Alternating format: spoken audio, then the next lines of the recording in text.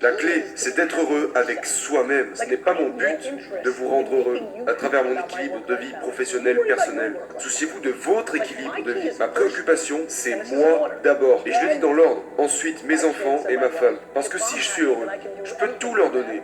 Et c'est tout. Et c'est ce qui compte. Et si ça fonctionne pour le moment, c'est parfait.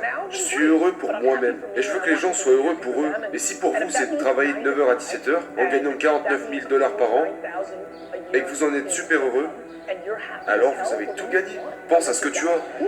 Tu peux même être heureux de juste vivre dans ton pays. Genre, tu vois ce que je veux dire?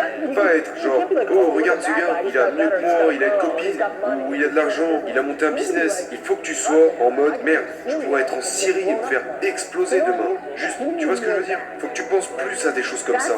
C'est ça le jeu. Je vais te donner le meilleur conseil que j'ai. Selon moi, il faut que, par-dessus tout, tu penses à deux choses essentielles. Premièrement, il faut à tout prix que tu ne sois pas trop dur avec toi-même. À tout prix. C'est hyper important. Il faut que tu sois ta plus grande fan, au lieu de critiquer les autres. Et deuxièmement, les moments donnés. Il faut que tu réalises à quel point tu es jeune. Il faut que tu réalises que tu en es seulement au début et que tout ça, c'est juste un moment donné. Je te le dis, il faut que tu sortes toutes ces voix dans ta tête et garder seulement la tienne et que tu aimes la personne que tu es. Et là, tu réussiras. Sache que tu ne peux pas vivre ta vie en te basant sur l'opinion des autres. Il existe un point de connexion entre ce en quoi vous êtes bon et ce que vous aimez faire. Quand vous êtes quelqu'un comme moi, vous êtes gagnant lorsque ce en quoi vous êtes fort naturellement se trouve d'être ce que vous aimez faire le plus. Le nombre de gens que je rencontre chaque jour qui sont bons dans un domaine, mais qui n'ont aucune envie d'être directeur financier par exemple. Ils sont hyper à l'aise avec les chiffres, mais ça ne les intéresse pas. Ils veulent être chanteurs. C'est une situation difficile. On le voit dans le sport. Les gens ont du mal à comprendre les athlètes. Le nombre d'athlètes qui pratiquent un sport de haut niveau juste parce qu'ils sont bons, comme les gens qui deviennent comptables, mais qui en réalité n'aiment pas la compétition et n'aiment pas le sport. C'est fou quand tu y penses. Tu leur dis, t'es un des 15 meilleurs, mais ça ne leur plaît pas. C'est pour ça qu'ils ne sont pas les meilleurs athlètes de tous les temps. Les meilleurs athlètes de tous les temps sont ceux qui sont passionnés en même temps d'être doués. Et je pense qu'il faut s'essayer à tout. C'est comme la nourriture. Tu ne sais pas quelle est ta nourriture préférée si tu goûtes seulement quelque chose. J'exploiterai le fait d'être jeune pour essayer plein de choses, goûter à plein de choses et identifier ceux dans quoi vous êtes bon, ceux qui pourraient vous plaire. Et ensuite, vous prendrez une décision. La plupart d'entre vous ne sont pas où ils voudraient être dans la vie, car vous êtes inquiet de ce que pensent les autres. En général, votre détraqué de mère, ou votre conjoint, ou un de vos proches, vous empêche d'avancer. Donc, c'est très bien pour moi, mais en revanche, même si en général je m'en fous des commentaires sur mes posts Instagram, des gens qui disent que je suis un escroc, je réfléchis à comment rectifier ça, comme si c'était quelque chose d'hyper important. Voir les choses sous deux angles opposés. Créer comme un pont. Ce n'est pas quelque chose dont vous devriez avoir peur. Beaucoup trop de gens pensent qu'il s'agit d'une contradiction, que c'est une faille.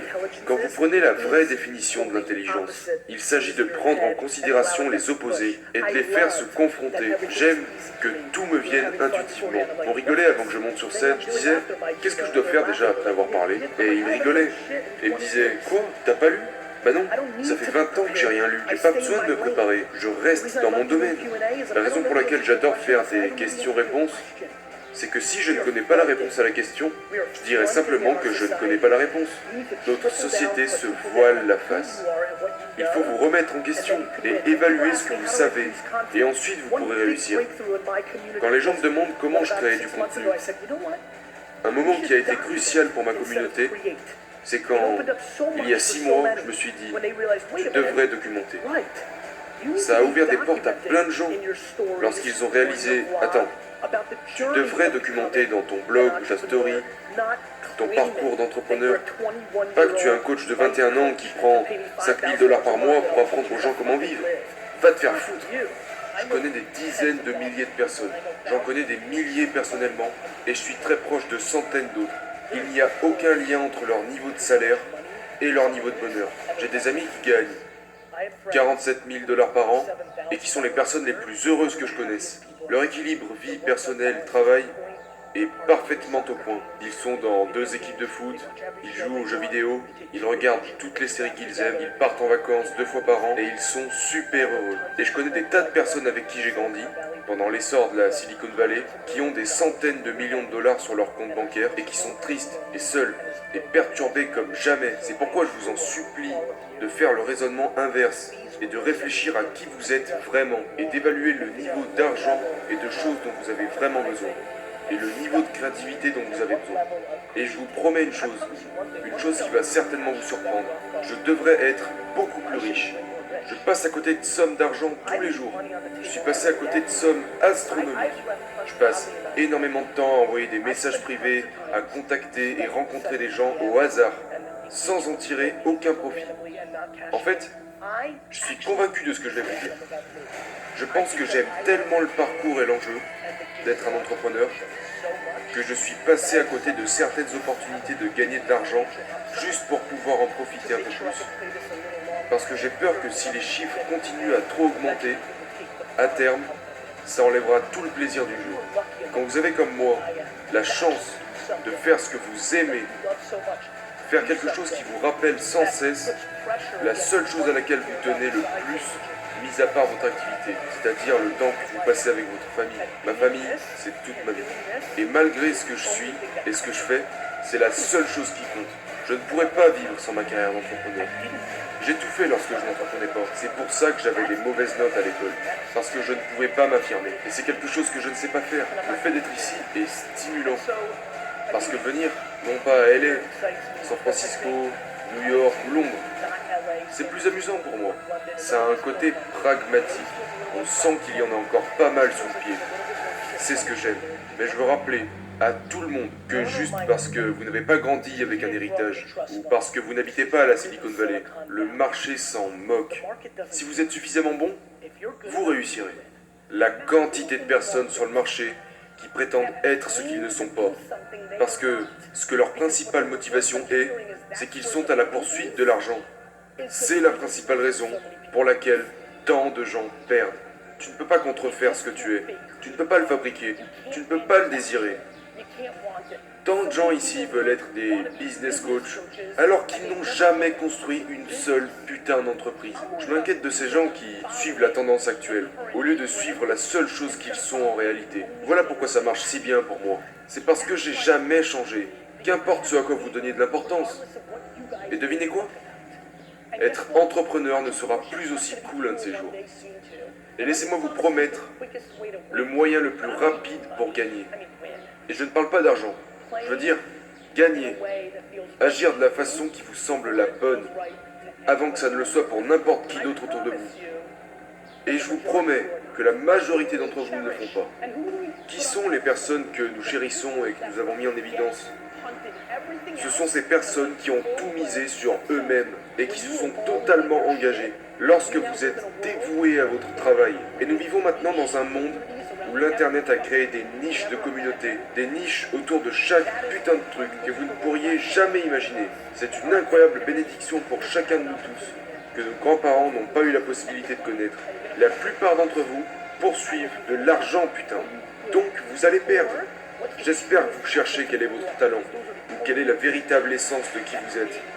Parce que ce sont les seules 2 raisons qui créent ce fameux avantage que tout le monde veut poursuivre.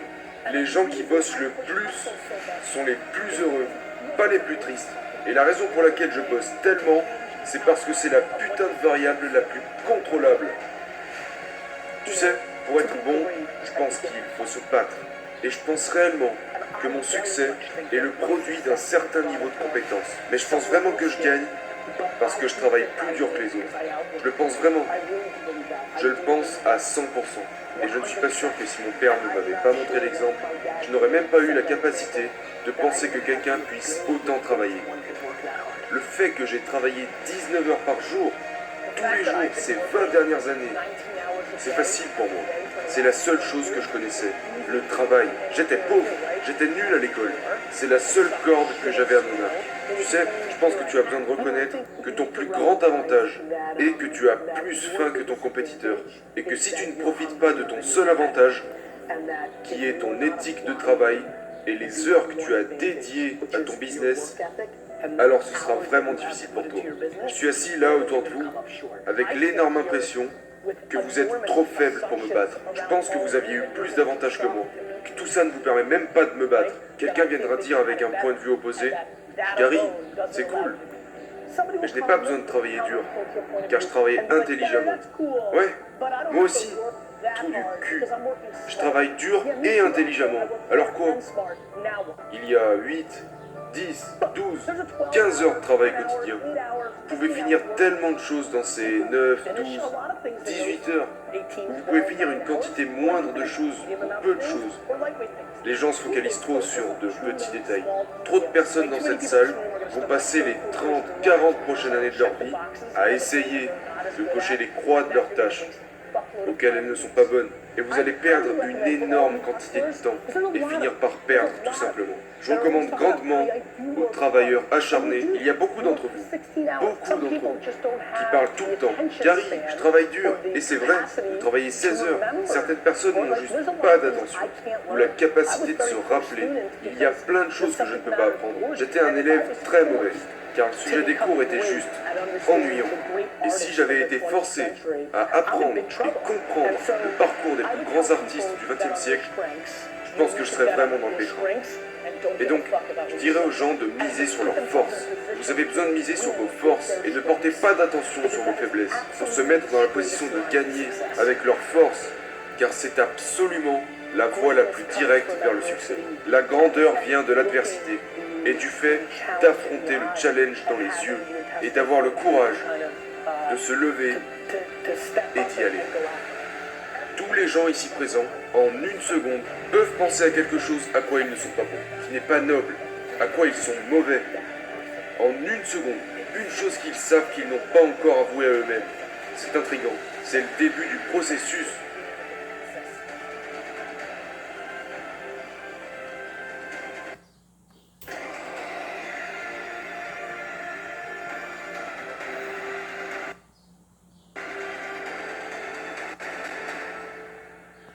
De son propre caractère et de ses propres motivations et désirs.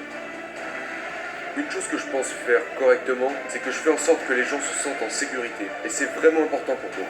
Parce que quand les gens se sentent en sécurité, ils commencent à te dire la vérité. Je crois vraiment que la chose qui retient les gens, c'est leur version romantique qu'ils pensent vouloir devenir. Ou qu'ils pensent être, contrairement à ce qu'ils sont vraiment. Juste parce que maintenant, c'est cool d'être le fondateur d'une start-up, ne veut pas dire que c'est ce que vous devez faire. Marc a mis une capuche et un film est sorti et, vous savez, Instagram a généré $1 milliard après 500 jours. Et tout le monde s'est dit qu'ils étaient des entrepreneurs. Je crois sincèrement, à 100 000%, qu'on ne peut pas apprendre l'entrepreneuriat. Je suis un fervent croyant que les idées sont de la merde et que l'exécution est le jeu. Et que le jeu réside dans l'exécution. Ok? Tout le monde a des idées.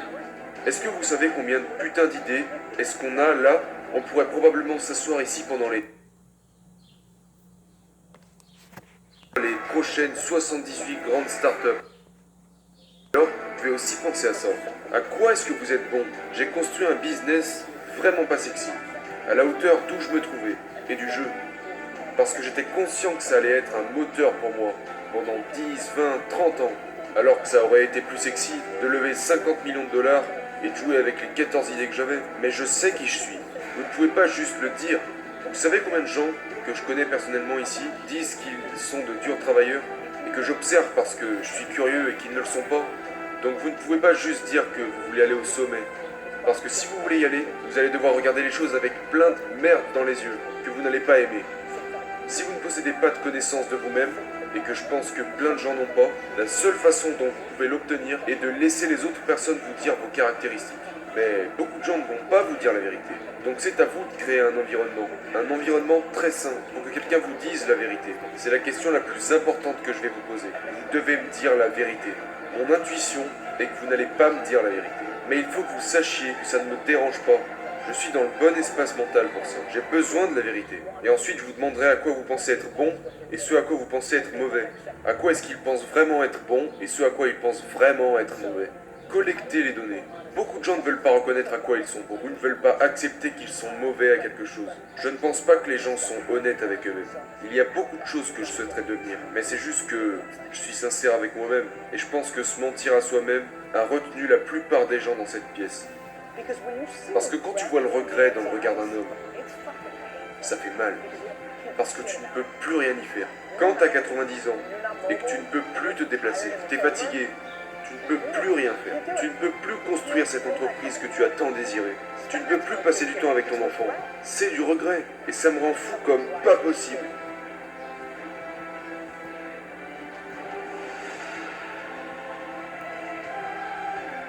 Regarde, je pense que l'échec doit être quantifié. Si tu échoues et que tu ne peux plus jamais te relever, tu sais, c'est pas un bon échec. Je pense que l'échec et la difficulté sont les deux choses auxquelles je pense. Pour moi, en tant qu'entrepreneur, entreprenant et toujours dans mon propre truc, tous les échecs sur mon chemin, même en revenant jusqu'à la vente de cartes de baseball quand j'avais 13 ans et que j'ai payé une table 400 $ pour la présentation alors que personne n'est venu à cet événement, c'était une leçon. Ces micro-échecs étaient super importants. Tout dépend de tes tripes, tu vois. Si tu mets définitivement la clé sous la porte, je pense que les gens prennent l'une ou l'autre direction, tu vois. Ils sont comme finis et ils ne pourront plus jamais se relever et ils suivent une autre voie. Je pense que quantifier l'échec est important pour moi. Il faut changer, il faut évoluer. Madonna l'a bien fait. Elle s'est réinventée 14 fois. C'est pour ça qu'elle a eu une longue carrière. Tu sais, tu dois te réinventer. Parlons de sport. Quand t'es le meilleur athlète et que t'es le mec parmi les 15 meilleurs, comme Draymond Green, c'est mon pote. Draymond a toujours travaillé son jeu à chaque trêve. Ricky Rubin, le meneur flamboyant de Minnesota, s'il avait développé son tir extérieur, il serait devenu un bien plus grand joueur. Il avait les capacités de passeur, la rapidité, il avait tout.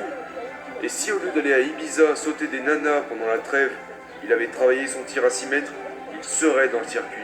Si on a de l'ambition, les actions doivent y correspondre. Et trop de personnes n'y mettent pas le travail nécessaire.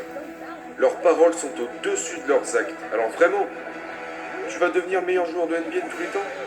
Pourquoi? Parce que tu joues un petit peu le week-end? Tu as le devoir de tirer 15 000 lancers francs tous les matins avant d'aller à l'école. Qu'est-ce que tu fais entre le vendredi à 17h et le lundi matin à 7h? Je suis juste curieux. Et je pense pas que tu devrais pas avoir de week-end, mais je pense que les ambitions de chacun sont plus prédites par les actions que par les paroles. Mes amis me disent toujours qu'ils sont tellement ambitieux. Et je réponds, si c'est vrai, alors vire tes loisirs. Tu vires tes concerts à Jones Beach et tu bosses comme jamais. Je me rends compte de ce qui se passe. Je réalise que je vis ma vie comme si c'était la seule et que beaucoup ne le font pas. Les gens se baladent comme s'ils allaient ressusciter. Tu ne reviendras pas, mon gars. Alors écoute, je ne veux pas imposer mes croyances aux autres. Tu crois peut-être qu'on se réincarne? Je crois que si tu te réincarnes, bah, tu te réincarnes en arbre, mon gars. Ou un pot de fleurs, ou une paire de pompes, et c'est nul par rapport à être un humain. Alors, j'agis dans cette perspective. Fais ce qui te rend heureux.